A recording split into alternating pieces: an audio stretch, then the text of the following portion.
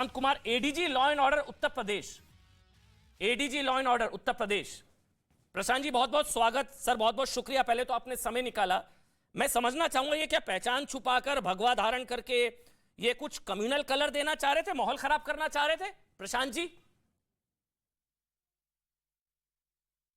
जी अवश्य आप देखें, क्योंकि कल कांवड़ का महत्वपूर्ण दिन था और काफ़ी संख्या में कांवड़ जो विभिन्न प्रदेशों से आए हुए थे वो लोग जल लेके हरिद्वार से लौट रहे थे।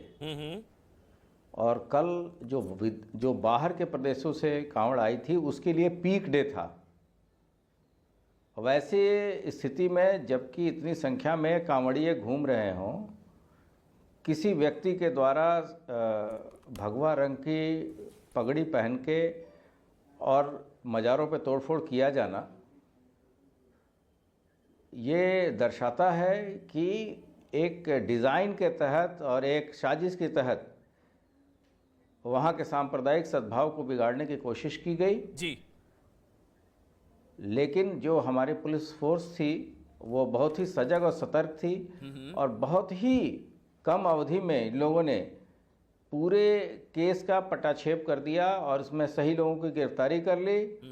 लोगों को, वहाँ के शांतिप्रिय लोग, धर्मगुरुओं को के सामने ये चीज़ें क्लियर कर दी गई, जिससे कि कोई बड़ी घटना होने से रुक गई। नहीं, लेकिन आप कह रहे हैं डिजाइन के तहत ये लोग आए, इन लोगों का प्लान था, लेकिन सर ये लगातार हो रहा है। मैं दिखा रहा था कि मुरादाबाद, बागपत, बिजनौर, गोरखपुर, ये लगातार ये सीरियल कोई साजिश चल रही है, सावन के महीने में ज्यादा हो रहा है, ये कोई प्लान है, कॉन्स्पिरेसी प्रशांत जी? नहीं, ये इतने बड़े डिज़ाइन के साथ चीज़ें नहीं की गई थी।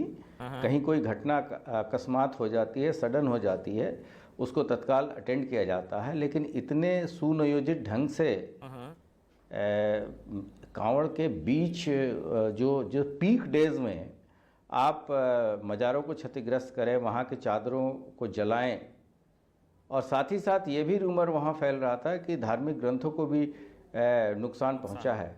ये तो वहाँ जो हमारे पुलिस के अधिकारी और कर्मचारी थे उन्होंने तत्काल इस चीज़ का संज्ञान लिया और वहाँ के धार्मिक गुरुओं के सामने यह स्पष्ट कर दिया कि धार्मिक ग्रंथों को कोई हानि नहीं पहुँची है और ये इन दो व्यक्तियों के द्वारा की गई है जो कि उसी धर्म के लोग हैं।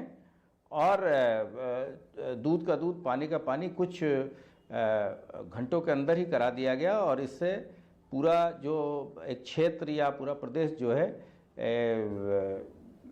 सांप्रदायिक घटना के चपेट में आने से बच गया। प्रशांत जी आप ठीक कह रहे हैं, ये तो है, यहाँ पर यूपी में था इसलिए पकड़ा भी गया।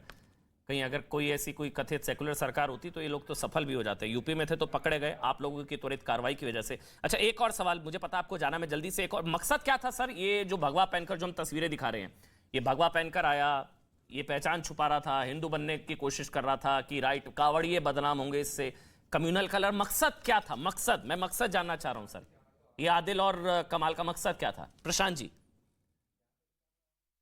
नहीं, मकसद तो स्पष्ट है कि अशांति फैलाया जाए, सांप्रदायिक सद्भाव। जो आपने देखा होगा पिछले 5.5 साल में एक भी यहाँ सांप्रदायिक दंगे नहीं हुए जी। और लगातार उत्तर प्रदेश में बेहतर कानून व्यवस्था के कारण इन्वेस्टमेंट बढ़ रहा है, ईज़ ऑफ डूइंग बिजनेस में उत्तर प्रदेश का स्थान ऊंचा जा रहा है।